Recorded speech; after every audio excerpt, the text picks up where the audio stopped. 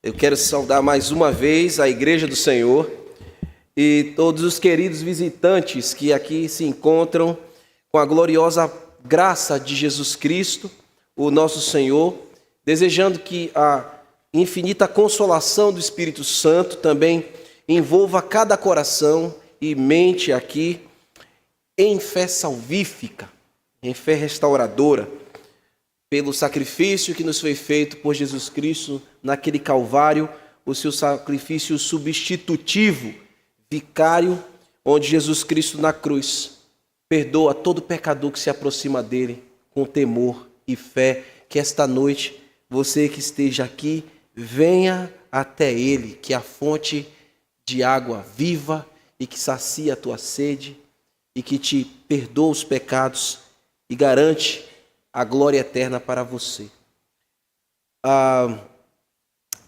Eu também desejo boas-vindas aos que acompanham a transmissão.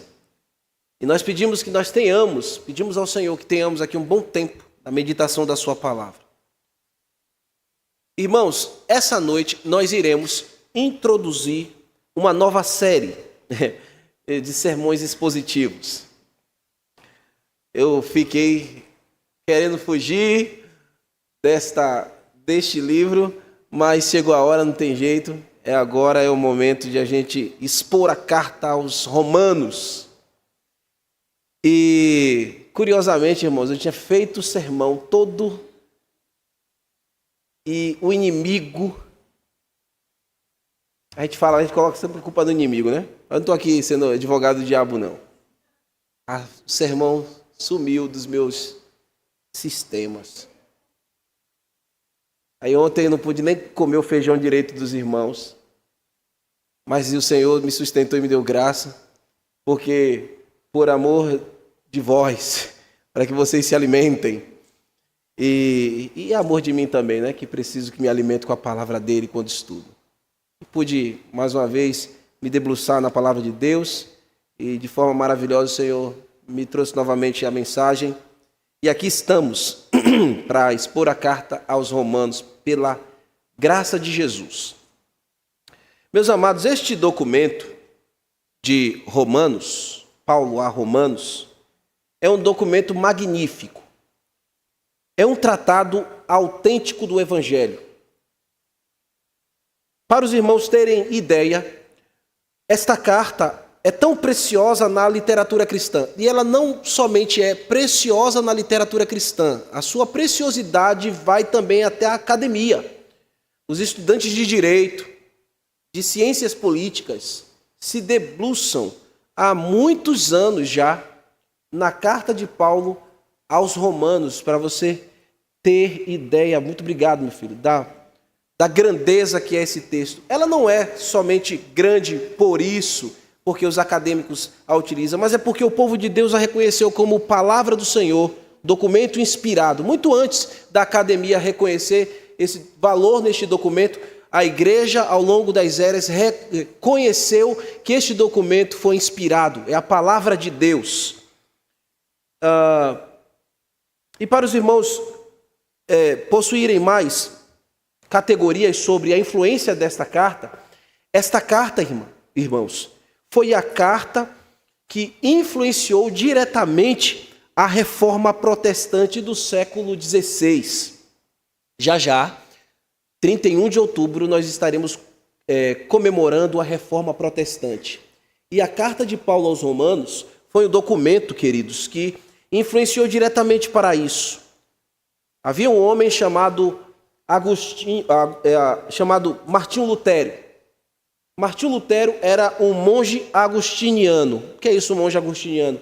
Era um estudante, aquele que se formou sobre os ensinos sistemáticos de Agostinho de Hipona, tá bom? Que foi um outro teólogo grande da igreja do século IV, que também foi muito influenciado pela carta de Paulo aos Romanos. Mas Lutero, ele teve, queridos, a sua vida transformada quando ele se debruçou a estudar o texto de Paulo aos Romanos. E bem especificamente quando ele se deparou com o versículo 1 do capítulo 1 do versículo 17, que diz assim: porque nele se descobre a justiça de Deus, de fé em fé, como está escrito, mas o justo viverá da fé. Antes Lutero se deparava como alguns aqui podem estar se deparando. Antes dele se deparar com essas verdades, ele tropeçava em um esforço humano por uma busca desenfreada por uma liberdade que ele não conseguia obter por seu esforço. Ele se autoflagelava, ele aplacava a si mesmo severas penitências, como que estas ações e por esses esforços ele conseguisse a tão sonhada justiça de Deus. E talvez você aqui se esforça ou pensa que por causa da sua bondade ou do seu esforço por justiça de causa própria, você vai atingir algum mérito diante de Deus. E a carta de Paulo aos Romanos já diz que não. Martinho Lutero, ele tinha uma visão muito míope da justiça de Deus. Talvez você tenha uma visão também míope da justiça de Deus e estudando essa carta o Senhor vai expandir a tua visão quanto à justiça de um Deus soberano que rege todas as coisas. E ele concebia, o Martinho Lutero, a justiça de Deus como uma justiça punitiva. E muita gente, sem a revelação da graça do Senhor Jesus Cristo, vem ou pinta Deus um Deus severo apenas, um Deus punitivo. Deus é amor e Ele é justiça, é verdade, mas há muito equilíbrio em Deus. Deus não é só amor, Deus também é justiça. Por meio das suas próprias obras, este homem, Lutero, ele tentava aliviar as suas consciências, a sua consciência. Talvez você também esteja aqui assim, com a sua própria obra, tentando aliviar a sua consciência. E ele sempre se esbarrava na tentativa e ficava desanimado. Ele sempre ficava frustrado, porque não tem como o ser humano por si mesmo conseguir aliviar a sua própria consciência. E quando ele leu o capítulo 1, versículo 17, ele mesmo disse que foi como que se abrisse as portas do paraíso para ele.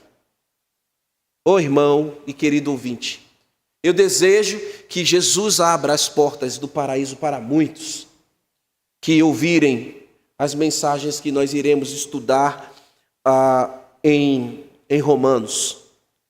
Martinho Lutero encontrou a paz porque ele entendeu, enfim, a justiça de Deus. Que a justiça de Deus está no leito da obra de Cristo e de que não foi revelada por esforço humano, mas pelo ato vicário de Jesus Cristo. Que a justiça de Deus é concedida tão somente pela fé. Você pode sair justificado se crer tão somente em Jesus. E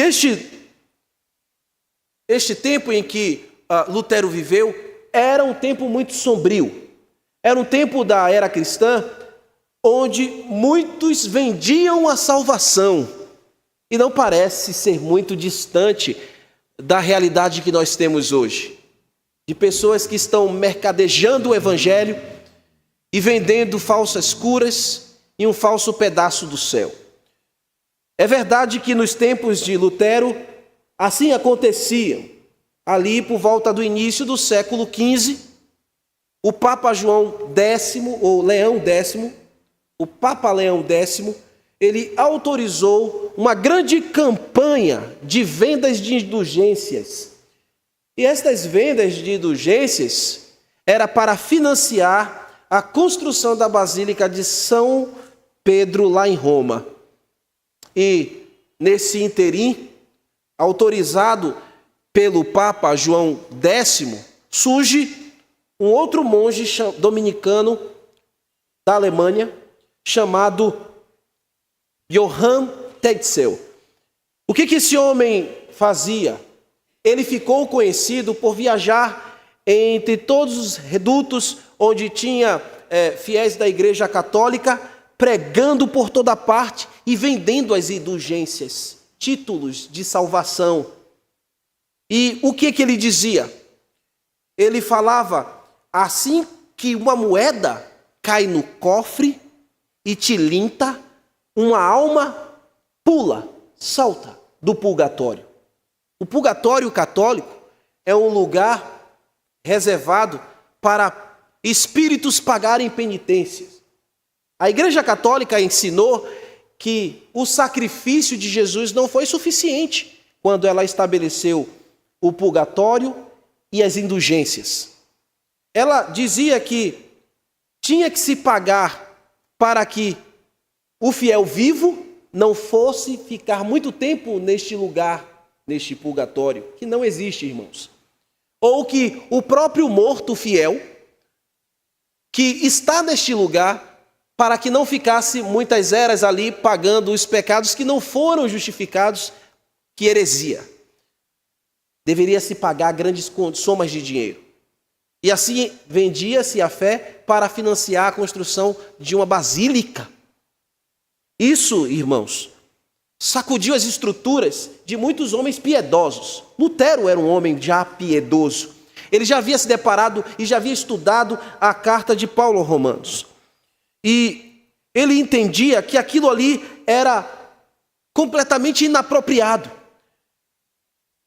Lutero indignou-se com este tipo de prática e esforçou-se para anunciar completamente o distinto de tudo isso.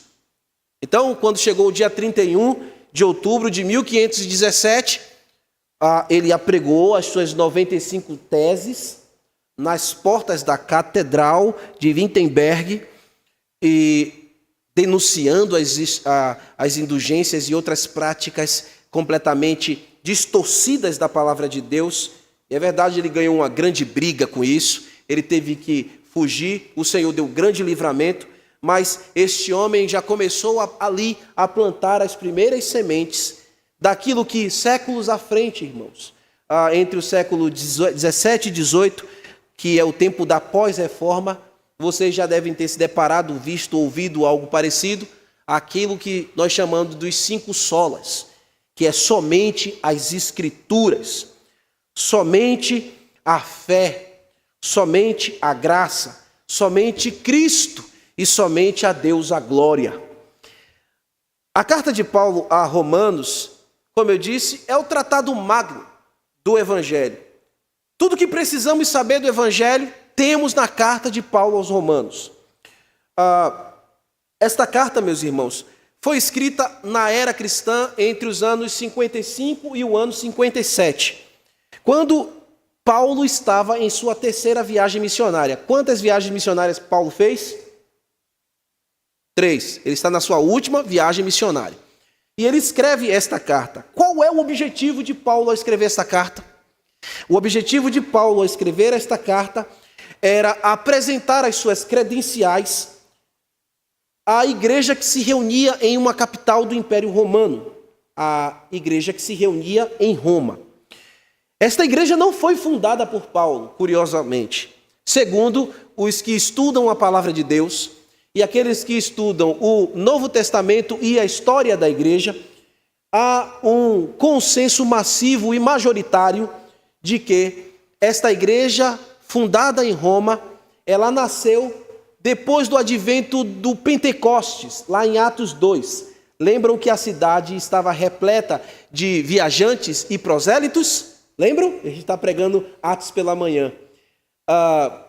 E o que é que aconteceu?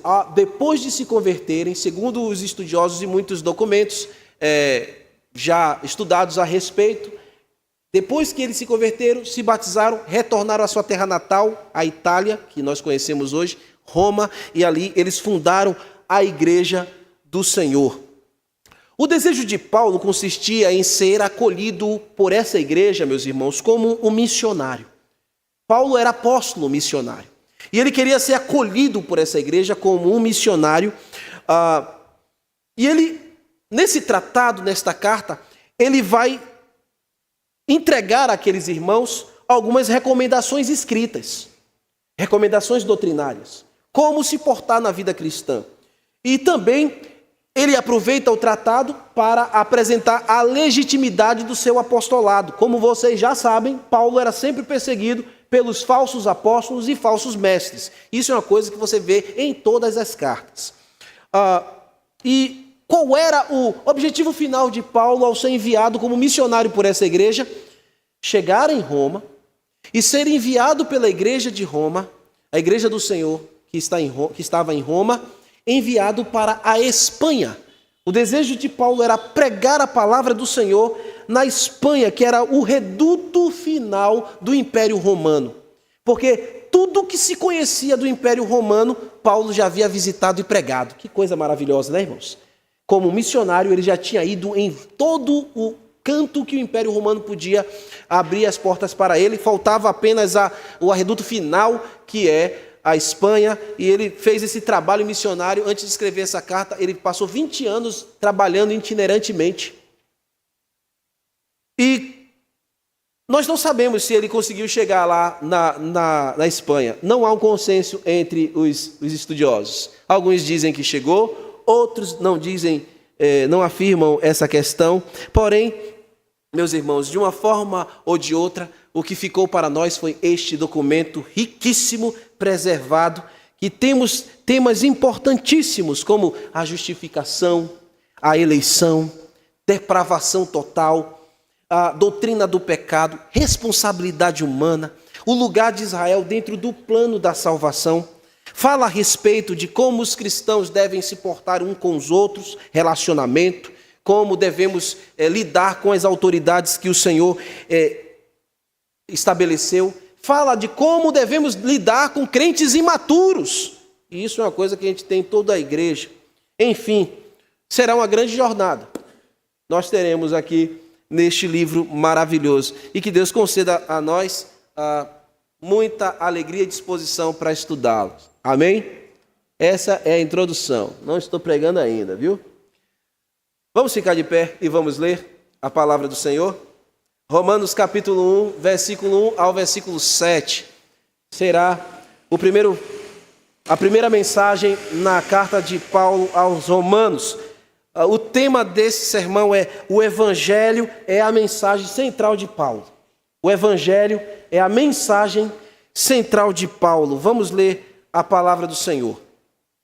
Paulo, servo de Jesus Cristo, chamado para ser apóstolo separado para o Evangelho de Deus, o qual foi por Deus outrora prometido por intermédio de seus profetas nas Sagradas Escrituras, com respeito ao seu filho, o qual, segundo a carne, veio da descendência de Davi e foi designado Filho de Deus com poder, segundo o Espírito de santidade, pela ressurreição dos mortos, a saber, Jesus Cristo, nosso Senhor, por intermédio de quem viemos a receber graça e apostolado por amor do seu nome, para a obediência por fé entre todos os gentios, de cujo número vós também sois chamados para sedes de Jesus Cristo. A todos os amados de Deus que estáis em Roma, chamados para seres santos, graça a vós outros e paz da parte de Deus, nosso Pai, e do Senhor Jesus Cristo. Amém? Senhor, obrigado por ler a Tua palavra. E nós te rogamos nessa hora, Senhor, iluminação do Teu Santo Espírito, a ação do Senhor Espírito Santo no nosso meio, aplicando cada frase ao coração da igreja e nos levando, Senhor, para essa nova jornada de exposição bíblica, para que possamos colher a Tua revelação, Senhor, para dentro de nossas almas e capturar, Senhor, aquilo que Tu tens para falar com o Teu povo. Eu peço a Ti, meu Deus, que o Senhor nos abençoe do início à conclusão da exposição desta carta, segundo a Tua vontade, assim o Senhor nos permita. E peço a Ti, meu Deus, que me dê clareza, humildade no coração, para poder entregar aos meus irmãos de maneira palatável a Tua palavra, Senhor, que é o alimento para os meus amados irmãos. Cumpra, Senhor, a Tua vontade e nós ficaremos felizes e gratos no nome santo de Jesus. Amém. Podeis sentar, queridos.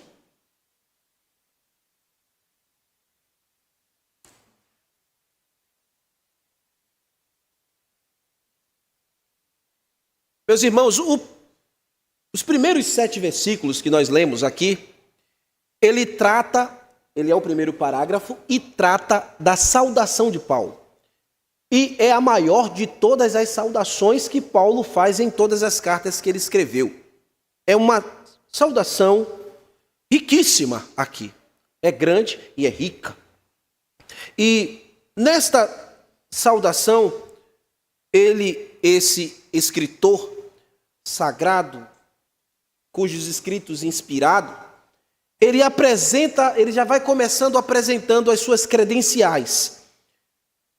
E ele vai mostrando neste documento, logo aqui no início, a primeira palavra, você tem aqui um substantivo próprio. Põe os olhinhos no texto. O substantivo próprio que você tem aí, logo a primeira palavra, é o nome Paulo. Paulo, esse nome que é conhecido, que é o maior missionário que a igreja cristã já produziu em todas as eras. Paulo. Este homem ficou conhecido como o apóstolo dos gentios. Homem estritamente versado, foi educado aos pés de Gamaliel. Gamaliel foi um grande mestre do passado, um fariseu fantástico, muito sapiente. E Paulo se alimentou aos pés de Gamaliel em conhecimento de teologia, por assim dizer, aos pés do maior da sua época. E tornou-se, por tabela, um dos maiores líderes religiosos da sua época e no seu tempo, como ele dizia, um dos maiores, o maior. Ele dizia assim, em uma certa feita, ele escrevendo a Filipenses, ele disse: circuncidado ao 8º dia, da linhagem de Israel, da tribo de Benjamim, hebreu de hebreus, quanto à lei, fariseu. Em sua época, ele se sobressaía aos demais. Ele dominava a cultura greco-romana e a filosofia helenista, a filosofia da sua época.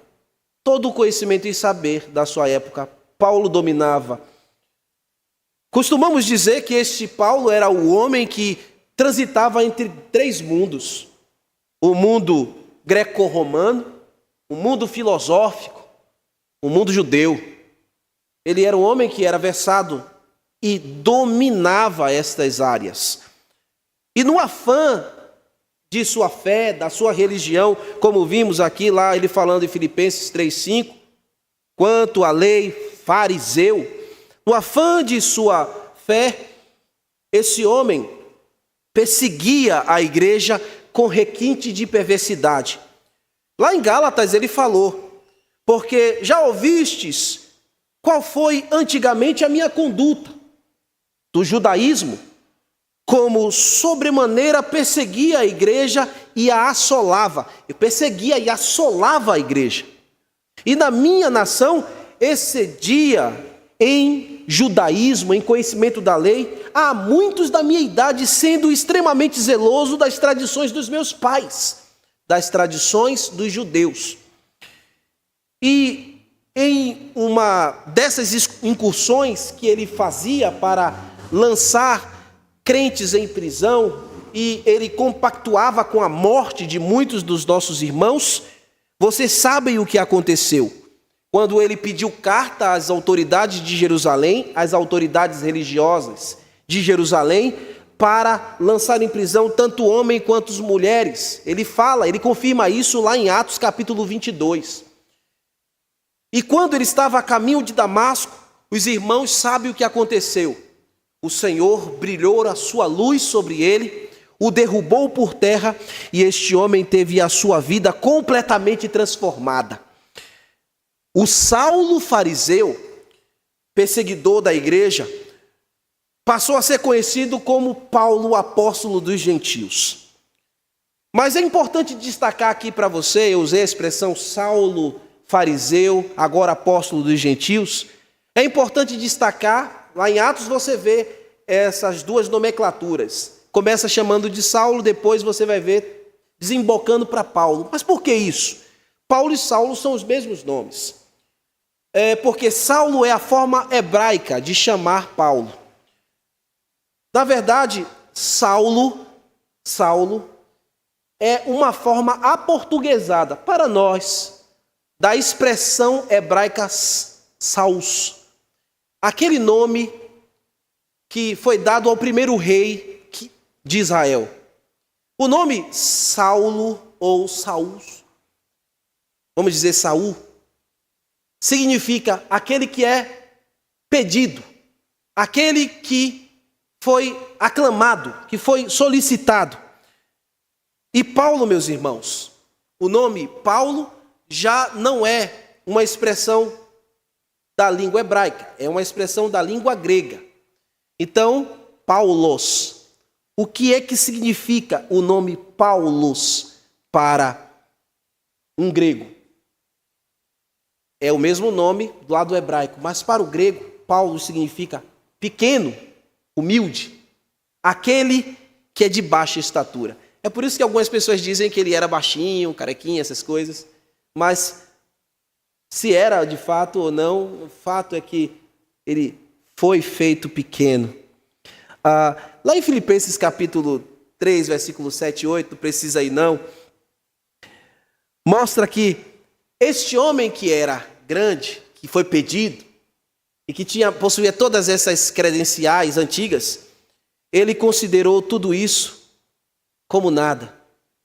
E ele foi feito e também se fez o menor entre os seus irmãos.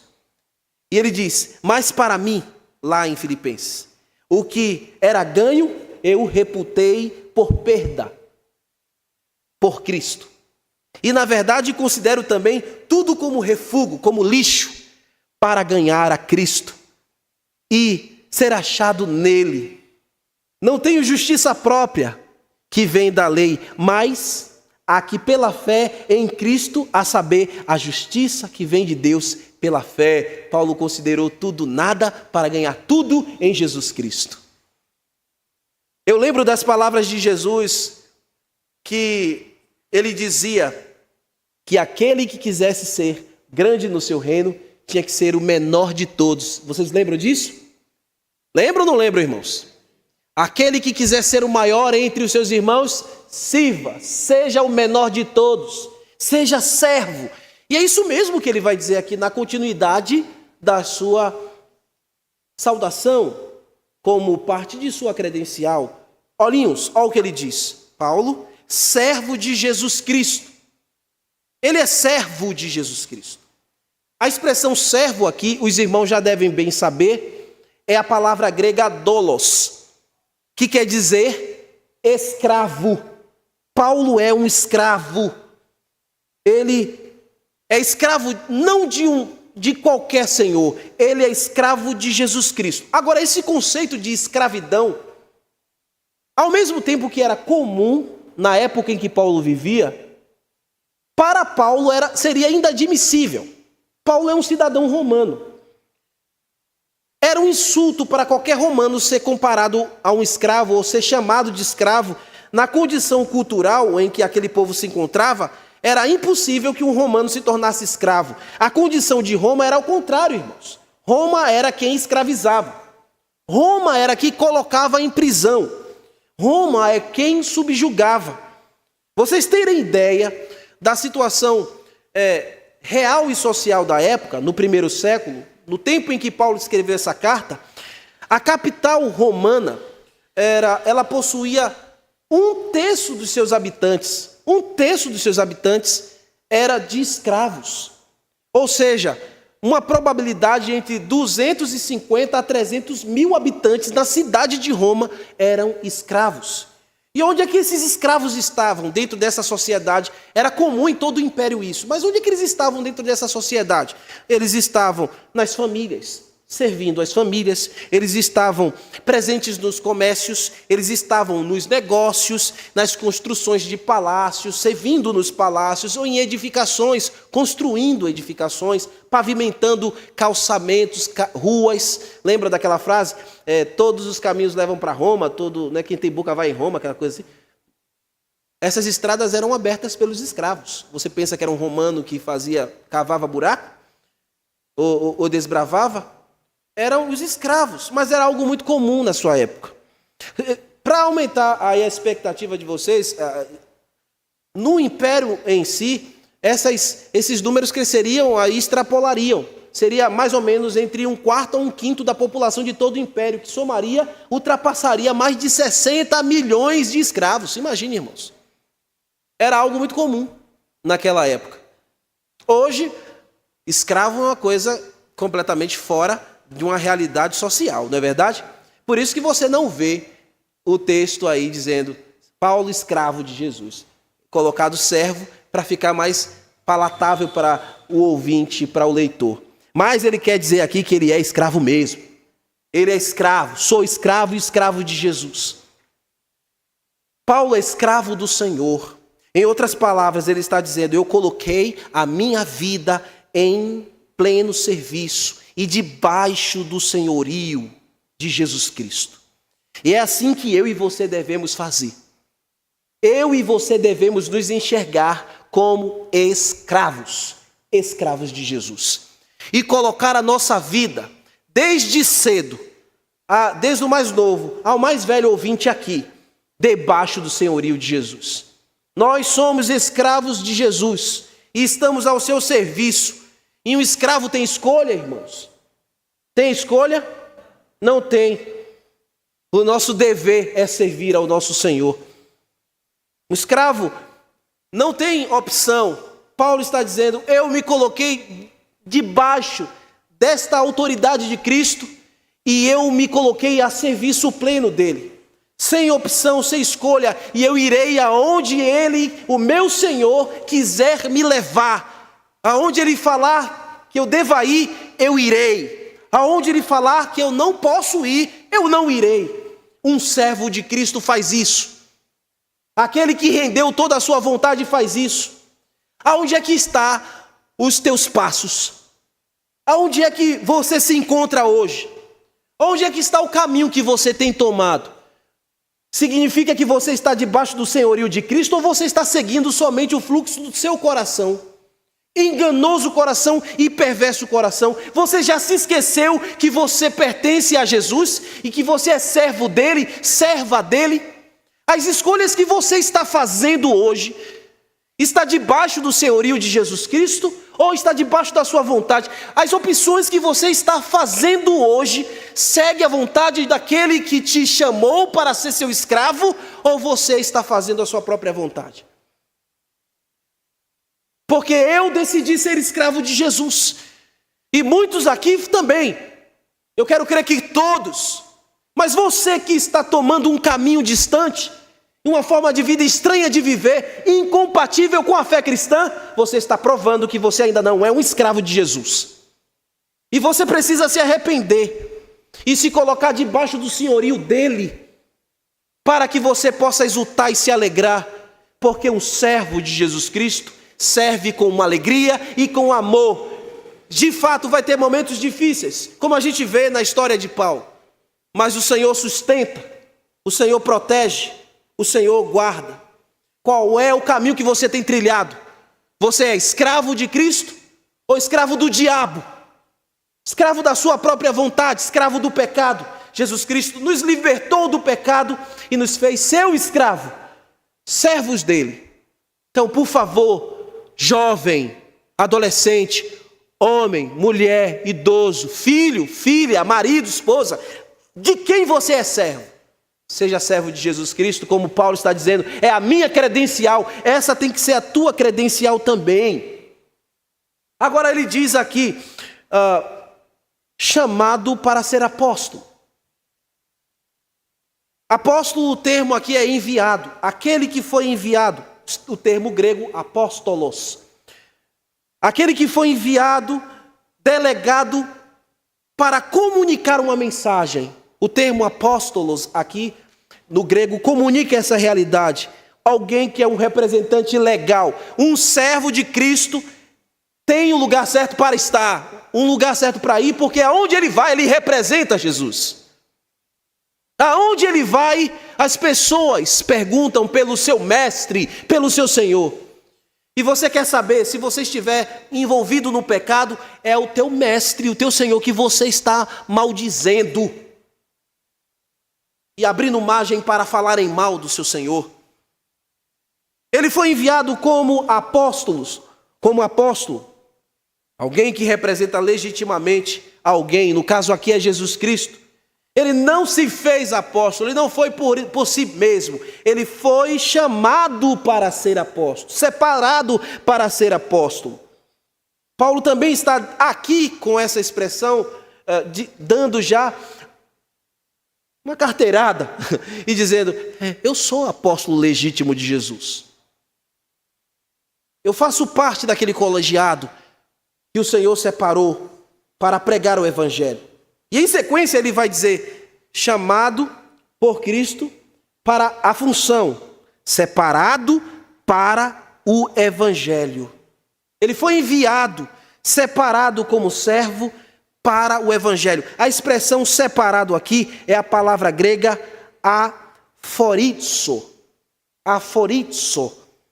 que vem dessa raiz, da raiz grega, ou que através dessa palavra é uma raiz grega que dá outra expressão, fariseu.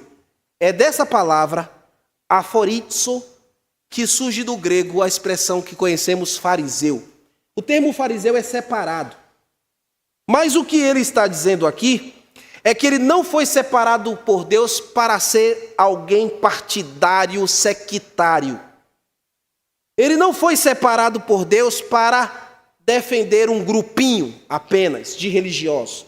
Ele foi separado por Deus para viver vida dedicada e plena a serviço que fosse em prol do Evangelho de Jesus. Quando o Senhor nos chamou e nos enviou, irmãos, foi para que nós sejamos, ou estejamos, melhor dizendo, a serviço do reino, a serviço do Evangelho. Quando a igreja investe em alguém, ela está investindo em serviço do Evangelho. Quando ela capacita, ajuda na capacitação do seu pastor, ela está fazendo com que ele seja enviado para o pleno serviço do Evangelho. Quando Deus está levantando líderes no meio do seu povo, ele levanta com esse sentido, para que estejamos em pleno serviço do Evangelho e não para que sermos sectários, como fariseus.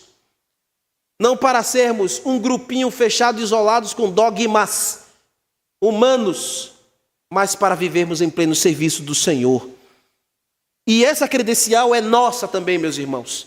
Jesus nos separou a nossa vida, como eu disse, não para um caminho sectário, mas para o santo Evangelho de Jesus. E aqui surge um outro termo, a palavra evangelho, no grego, evangelho, na nossa língua portuguesa, que significa boas novas. O termo evangelho, no grego aqui, é traduzido ao pé da letra, boas novas, boas notícias. Para que Jesus nos colocou em objetivo de servir o Evangelho? Para anunciar as boas novas, pregar as boas novas, contar as boas notícias, irmãos. Falar das boas novas que nós sabemos aqui, que é o Evangelho em todo lugar que Ele nos enviar. Amém? Agora, o versículo 2, ele vai dizer que esse Evangelho da qual ele serve, ele é servo de Cristo em prol deste Evangelho, enviado em prol deste ofício. Ele vai dizer que este Evangelho, que esta boa nova, é uma mensagem antiga. Não é nenhuma novidade. Veja aí comigo. O qual foi por Deus outrora prometido. O que foi prometido por Deus outrora no passado? O Evangelho. Sim, o Evangelho, meus irmãos. Ele é que é a mensagem antiga. E como é que Paulo deixa claro para a gente aqui que é uma mensagem antiga, falada, pronunciada assim de forma antiga? Olhinhos ainda aqui, por intermédio dos seus profetas nas Escrituras Sagradas. Toda vez que você vê termos escrituras sagradas, você tem que entender que o autor bíblico do Novo Testamento está falando do Antigo Testamento. Tá bom? Então ele está dizendo, onde é que estava o Evangelho? O que ele estava dizendo aqui para os irmãos lá em Roma? Onde é que estava o Evangelho que eu fui chamado para falar em todos os lugares? Anunciado desde o Antigo Evangelho, desde o tempo veterotestamentário, desde das escrituras do Velho Testamento. É assim que a gente interpreta. Mas deixa eu lhe dar maior clareza a um outro apóstolo que falava nessa mesma linha de pensamento. Abra comigo 1 Pedro, capítulo 1, versículo 1 ao versículo 10.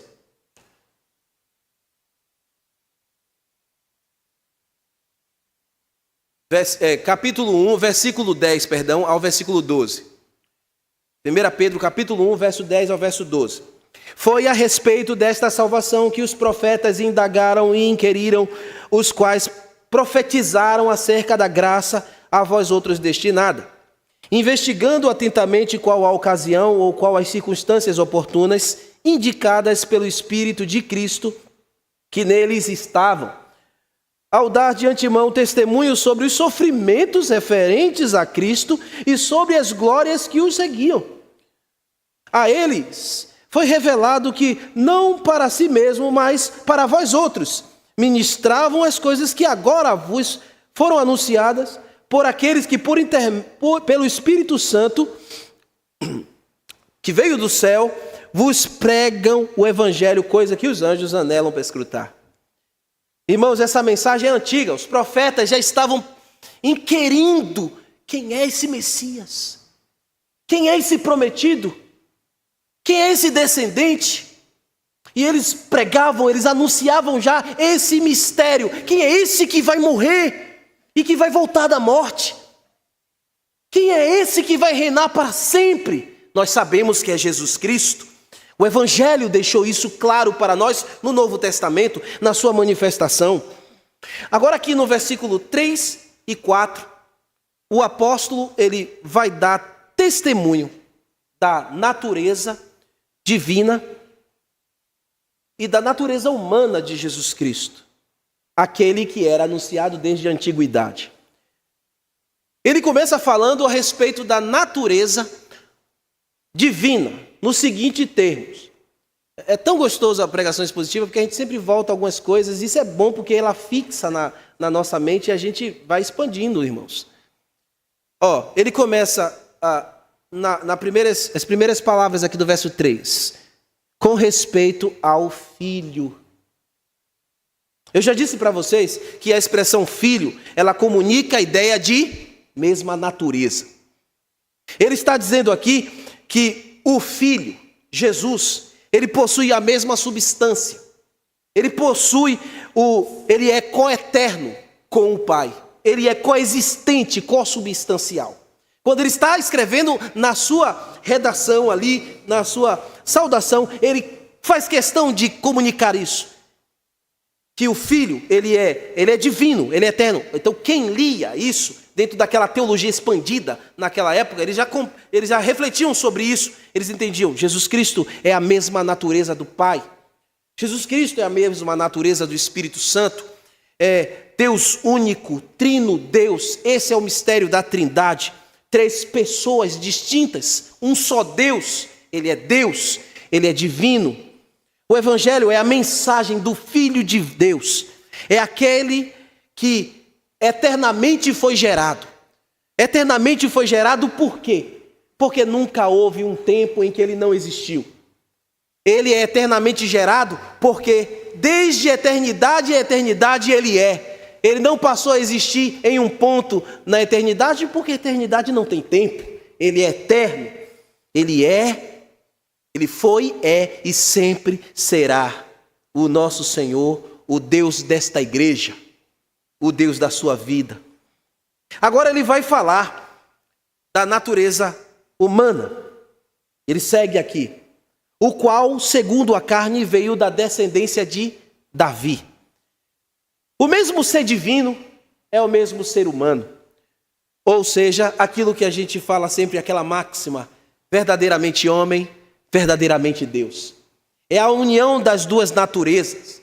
É a natureza hipoestática ou teantrópica que a gente fala na teologia, para comunicar que ele é o único ser que possui duas naturezas, a humana e a divina ao mesmo tempo, e essa verdade espiritual não pode ser separada, a gente não pode rasgar isso.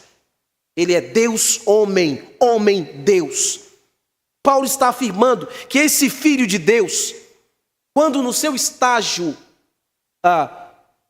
humano, seu estágio de humilhação, assumindo a forma de servo e sendo reconhecido em figura humana, ele veio para cumprir de tal maneira, homem, Deus, para cumprir as profecias dos antigos profetas.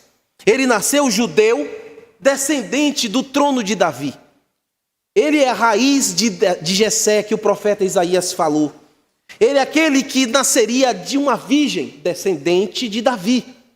Ele é aquele que sobre os seus ombros está o domínio e o poder, e foi chamado de maravilhoso conselheiro, Deus forte, Pai da eternidade, príncipe da paz, como Isaías falou. É Jesus Cristo. O Rei prometido e Salvador que viveu entre nós, pregou o Evangelho, fazendo toda a boa dádiva a todos os homens. Este Rei humano divino, este Rei divinal, ele foi rejeitado pelo seu próprio povo, entregue aos romanos para ser crucificado. E na descrição da sua cruz, o que estava gravado para que todos os gentios e romanos, e sejam eles de qualquer etnia, pudessem ler? O Rei dos Judeus. De fato, ele é o Rei e Salvador do mundo. Ele é o Rei e Salvador que o Evangelho apresenta a todo aquele que crê. E aquela descrição naquela cruz foi apropriada. Embora os religiosos pediram para que Pilatos tirasse, ele disse: o que eu escrevi, escrevi. Não sabia ele que estava sendo guiado por Deus.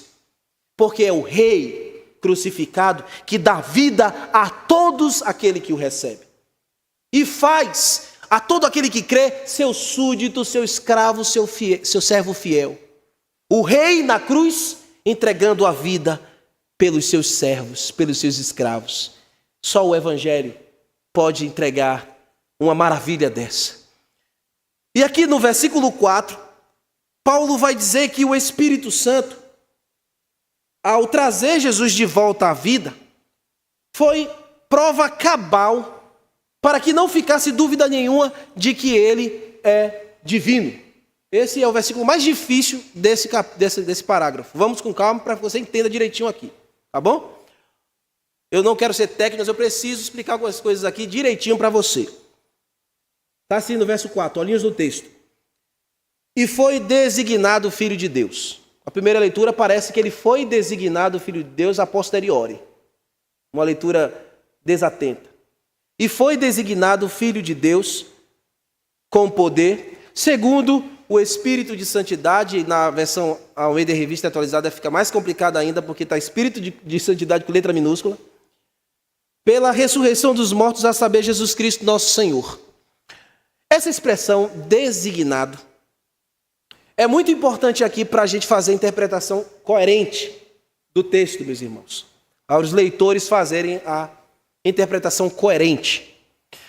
O termo designado é o verbo grego horitzo.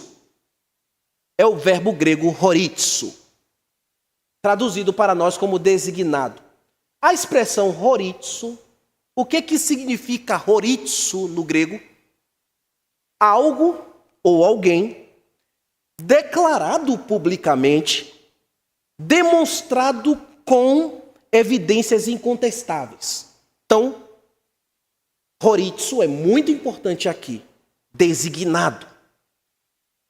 O campo semântico de horitzo também abrange para algo ou alguém avistado ao horizonte. E é dessa expressão, horitzo, que temos a expressão da nossa língua portuguesa, horizonte. Ela vem do termo grego, horitzo, da raiz desta palavra. Aquilo que é visto com clareza do horizonte. Outro detalhe curioso que eu mostrei para vocês aqui, que eu mencionei rapidamente, é que espírito de santidade, olhinhos no texto aí em versículo 4, está com grafia minúscula, não é verdade? Se você estiver com a versão Almeida Revista e Atualizada. Por que acontece isso aqui, irmãos? Isso aqui é uma questão hermenêutica. O que é hermenêutica? Interpretação. Então é uma questão interpretativa, não é uma questão gramatical. Porque quando você vai no original, a palavra espírito, pneuma, aqui, ela não está grafada com letra maiúscula ou letra minúscula. A questão aqui é o significado da palavra e dentro de um contexto. Pneuma, você sabe, é vento, espírito. Pneu vem desta palavra, porque ali tem ar, pneuma. Então, a Almeida Revista Atualizada, os tradutores, meus queridos, isso aqui é um ponto para que vocês possam compreender bem esse versículo. Os tradutores da Almeida Revista Atualizada colocou lá, assim, interpretativamente, ou não gramaticamente, Espírito de Santidade com a letra minúscula. Mas quem está lendo aí na Revista Corrigida Fiel, ou quem está lendo aí na NVT ou na NVI, já vai ver que os tradutores destas versões capturaram bem a ideia contextual e colocaram Espírito de Santidade com letra maiúscula. Quem tem aí uma versão assim no seu colo? Ninguém? Obrigado. Mas o que pode levar aqui, como eu havia falado, é um leitor desavisado a interpretar que aqui não está falando, Espírito de Santidade não está se referindo ao Espírito Santo de Deus. Mas o contexto é importante, irmãos, porque Espírito de Santidade se refere ao Espírito Santo, porque esse verbo, horitzo, tá bom? Este verbo horitzo, ele tem uma ação verbal que é aplicada ao sujeito, que é Jesus Cristo, e é operado pelo Espírito Santo no contexto. Então, quem está operando horitzo no contexto do versículo 7 é o Espírito Santo. E a quem horitzo, a ação está sendo aplicada diretamente, é a Jesus Cristo. Ok? Ficou pulga na orelha não, né? Difícil, viu, queridos? Mas a gente vai tentando trazer aí da forma mais fácil possível. O intuito de Paulo de usar horitzo aqui, e mostrando essa sintonia do Espírito Santo, lembra? Declarar de uma forma inquestionável e que fosse visível a todos que Jesus Cristo é o Filho de Deus. O que o Espírito Santo fez aqui no verso 4 que Paulo falou? Trouxe Jesus dentre os mortos. E ao trazer Jesus Cristo dentre os mortos, Jesus foi visto publicamente, não foi isso? Jesus foi visto publicamente, e texto bíblico fala que ele foi visto por mais de 500 irmãos de uma só vez, lá em Corinto fala isso. Ele foi visto pelos apóstolos, ele foi visto por muitos fiéis. E ele foi declarado publicamente como aquele que de fato é divino, venceu a morte, voltou à vida para nunca mais morrer e assumiu o título de Kyrios, Senhor. Não apenas Senhor déspota, que é um Senhor comum e tirano, mas Kyrios, que é o Senhor soberano sobre todos, o ser divino, Deus, Jesus Cristo.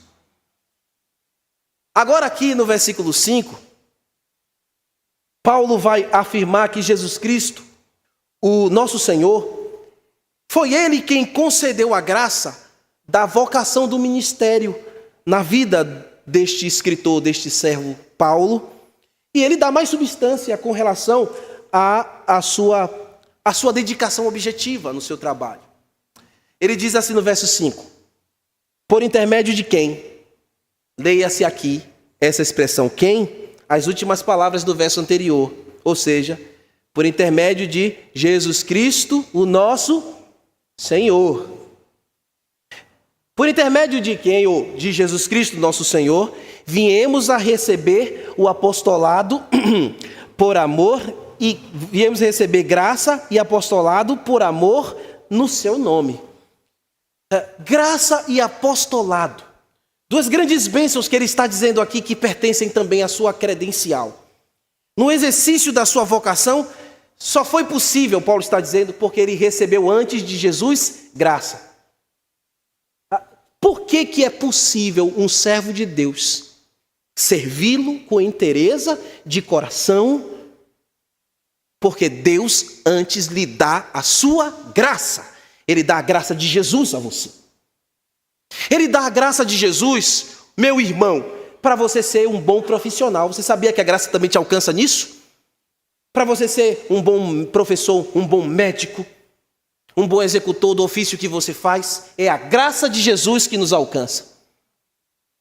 E quando se fala de serviço a Deus, quem é que vai garantir que você fará um bom serviço para a glória do Senhor? A graça que Ele te deu, que o Pai lhe deu, que o Espírito Santo lhe deu, por intermédio do nome de Jesus, o teu Senhor. Por isso eu digo a você, você é um homem ou uma mulher agraciado. Paulo recebeu também o apostolado, algo muito específico, você já sabe qual é a especificidade. Mas aqui Deus enviou outros com outras funções. A mim Ele me chamou para ser pastor. E antes de eu receber o título de pastor, o que Ele me deu? A graça, para que eu suporte o ofício. Por que Deus chama você? Por que Deus te capacita?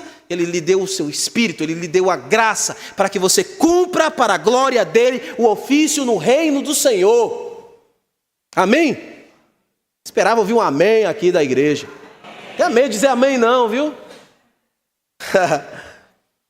Deus nos deu a graça. E apostolado nesse sentido, sabe? De que o que Ele lhe enviou, Ele garante pela graça. Como garantiu a Paulo. E Paulo está dizendo, eu estou garantido porque Ele me deu a graça, a sua graça. Vocês lembram o que Jesus falou para ele lá em 2 Coríntios capítulo 12, verso 9?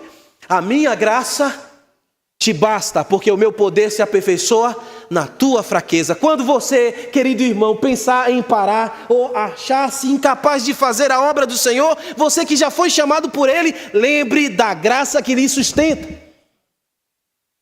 E você não vai parar porque você tem a graça de Jesus, que é maior do que qualquer coisa. Não é o teu talento próprio, não é a tua aptidão própria.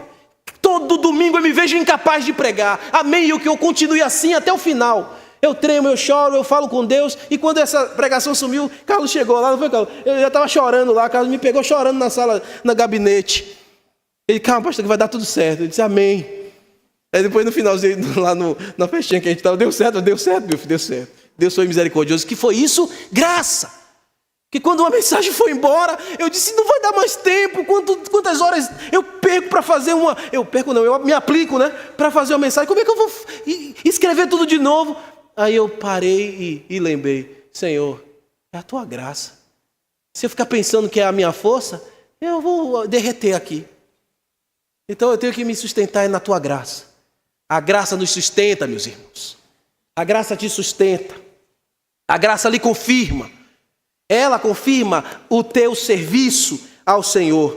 Então Paulo está dizendo, o meu exercício, o meu apostolado foi cumprido com graça, em amor. E a graça nos faz amar o que fazemos. E eu não fiquei esburrecido e dizendo, não vou fazer mais não, como um menino que tiraram a chupeta da boca, né? Vamos para cima, Senhor.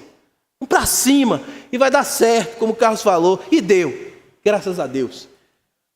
Então, quando você pensar que alguma coisa da sua vida está parecendo que vai dar errado, lembra da graça e a graça vai fazer tudo dar certo. Em nome de Jesus. Amém? E ele disse, e eu amo, em outras palavras, graça e amor. Nós amamos. Quando a graça nos alcança o coração, ela nos faz amar a forma de servir a Deus. Então, ele fala aqui no verso 5 e verso 6. O objetivo, ele vai dando mais substâncias, né? Ele recebeu o apostolado e em amor e graça para a obediência por fé entre todos os gentios, para que através do ministério dele, irmãos, a pregação do evangelho chegasse a todos que estivessem espalhados nos redutos mais distantes do império. Paulo realmente foi graciosamente, não foi a graça que sustentou esse homem? Ele diz que sofreu naufrágio, foi picado por víbora, vários açoites que ele sofreu. Qualquer um de nós sem a graça, ou ele sem a graça, já teria chutado o pau da barraca. Por que você fica até hoje onde Deus te colocou? Por causa da graça. E Paulo vai dizendo aqui, para a fé, a obediência, a mensagem que eu tenho para levar A esses que hão de ouvir é para convertê-los à obediência da fé. Olha, obediência da fé pode ser também traduzido aqui para nós como arrependimento genuíno, porque a minha mensagem que eu levo a eles de Jesus Cristo é o meio pelo qual eles serão alcançados e seus corações receberão genuíno arrependimento. O Espírito Santo trabalhou na vida dos gentios por meio do ministério de Paulo. Por que aos gentios? Porque o termo aos gentios aparece aqui. E ele coloca para dizer, olha, o Senhor me chamou especificamente para falar àqueles que não eram judeus.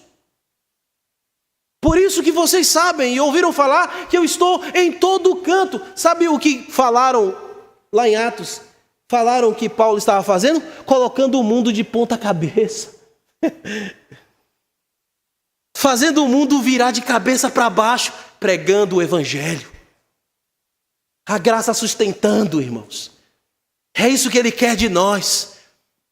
É isso que ele quer, que você faça a sua casa virar de ponta cabeça no sentido do evangelho. E por que, irmãos, isso é belo?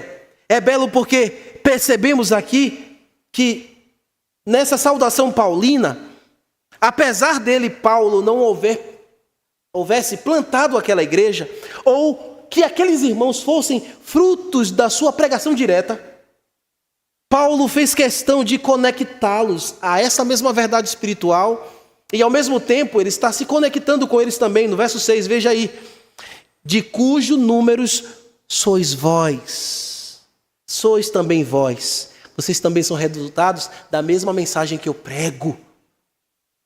Chamados para serdes de Jesus Cristo. Aqueles irmãos romanos foram chamados, os gentios romanos foram chamados por meio da mensagem do Evangelho para serem exclusivamente de Jesus Cristo, para pertencerem exclusivamente a Jesus. Irmãos, a mensagem de Paulo, que é a nossa mensagem do Evangelho, conecta as pessoas a Cristo, traz as pessoas a Jesus. Essa mensagem hoje também te convida a você agora a ser um servo de Jesus, a você deixar de ser servo das trevas e se conectar à mesma fé que eu tenho e que muitos aqui têm, a fé em Jesus, para que você possa ser servo e pertencente a Jesus Cristo de Nazaré. E sabe o que ele faz com aquele que ele chama para si? Ele guarda em suas mãos e o maligno não tem poder de tirar. Ninguém vai arrebatar você das mãos do Senhor, porque quando Ele lhe chama, Ele garante a sua vida e a sua subsistência nele. Então hoje é dia de você entender que é hora de se conectar pelo Evangelho a Jesus Cristo, que é hora de, como aqueles irmãos romanos foram conectados, como Paulo está conectado, como nós estamos todos na árvore que é Jesus, a videira verdadeira e o Pai que é o agricultor. Todos nós ligados a Jesus frutificando. E aqui no versículo 7, que é o último verso, nós temos a confirmação dos destinatários e as bênçãos que ele dedica na sua saudação final. Aqui da sua parte final da sua saudação, tá bom? E a todos os amados de Deus que estais em Roma, chamados para serdes santos. Aqui é a parte da saudação que confirma o endereço deste documento. É a carta de Paulo realmente a romanos, a cidade romana, a igreja romana, a igreja dos irmãos dos romanos que se reúne lá em Roma. Eles são chamados para serem o quê? Serem o quê? Todos são chamados por Cristo para serem santos. São chamados para serem separados. Isso é importante, porque na cultura do judeu, somente eles eram especiais, separados, dedicados. Mas o Evangelho quebrou essa limitação. E eu e você fomos chamados para ser santos. E por que isso é importante Paulo frisar para os irmãos que moram em Roma? Porque Roma é uma capital muito promíscua. Roma tem bacanás, Roma tem cultos a falsos deuses, prostíbulos de perder a conta. Roma tem tudo que não presta, mas tem o evangelho, a igreja plantada, irmãos chamados para ser santos. Aonde é que você está hoje? Em um mundo como Roma. E qual é o objetivo deste estudo? Lembrar você que nesta nossa Roma fomos chamados para serem santos, separados e não parecidos. O que há de prostituição aí não nos compete. O que há de sujeira aí não te compete, jovem. Não te compete, homem, mulher, servo de Jesus, chamado, separado para ser santo. Eles deveriam lembrar que Jesus consagrou a vida deles, não mais para viverem costumes pagãos, não mais para viverem apontados ou assemelhados com aqueles outros romanos que ainda não conheceram e não participam da graça. Mas nós fomos chamados para sermos diferentes, separados e santos no meio de uma geração perversa e corrupta. E o que mais nós não podemos esquecer, meus irmãos, é que o evangelho da cruz, o evangelho de Cristo, nos chama a ter uma vida santa, consagrada, uma vida separada para Deus diariamente, viu? Todos os dias. Não é somente hoje na pregação, não. De noite, e voltar o santo, e amanhã um demônio. Então é uma mudança de vida. O evangelho nos chama a uma mudança de vida, a um abandono de velhas práticas, a um expurgar. Sabe o que é expurgar? De tirar, expurgar o que não presta. E a graça nos dá força e o Espírito nos dá poder para isso. E ele conclui a bênção, dedicando aqui aos seus irmãos algumas bênçãos. Ele fala: graça a vós outros e paz da parte de Deus, nosso Pai, e do Senhor Jesus Cristo. Esta parte final aqui da saudação de Paulo, da sua saudação aqui inicial, né, é uma das coisas prediletas que ele gostava de fazer. Porque ele gostava de mesclar aqui a saudação grega e a greco-romana e a saudação judaica. Deixa eu explicar para você brevemente. A palavra caris, graça aqui, é no sentido grego. Alcança gregos. Porque é o sentido da alegria, da beleza, da satisfação, de todo regozijo, de todo pleno deleite divinos, advindos de Jesus Cristo. E que devem estar presentes no cotidiano daqueles irmãos. Era esse desejo e essa bênção que ele rogava, que esse tipo de graça estivesse todos os dias na vida daqueles irmãos. E não somente isso, o sentido da graça também, que é o favor não merecido. Eles não mereciam, mas o Senhor os salvou, os amou e os constituiu filhos de Deus, servos do Senhor, e os sustentou sempre, sustentou aquele tempo inteiro e sustenta nossas vidas hoje também.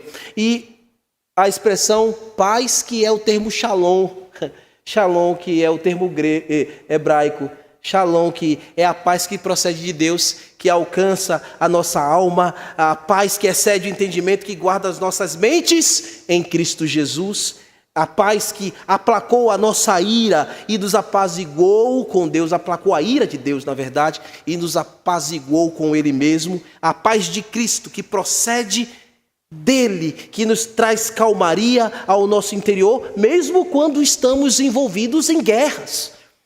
A paz que o mundo não pode dar é a paz que Jesus Cristo já nos deu, já nos entregou, que nós desfrutamos, que você, ouvinte, pode participar e receber essa graça que você precisa e que o mundo não lhe deu. Jesus Cristo pode te dar hoje. E a graça que você tanto precisa, que o mundo nunca lhe deu, Jesus Cristo pode lhe dar agora. Então, venham conosco a fé em Jesus Cristo e a receber a Jesus como o seu Senhor, Rei e Salvador de sua vida. Que Deus abençoe, aplique a sua palavra em nosso coração e que tenhamos um tempo muito deleitoso aí nos estudos em Romanos. Amém? Vamos ficar de pé e vamos orar ao Senhor. Ainda teremos músicas? Então, o Ministério de Louvor já pode vir se colocando aqui.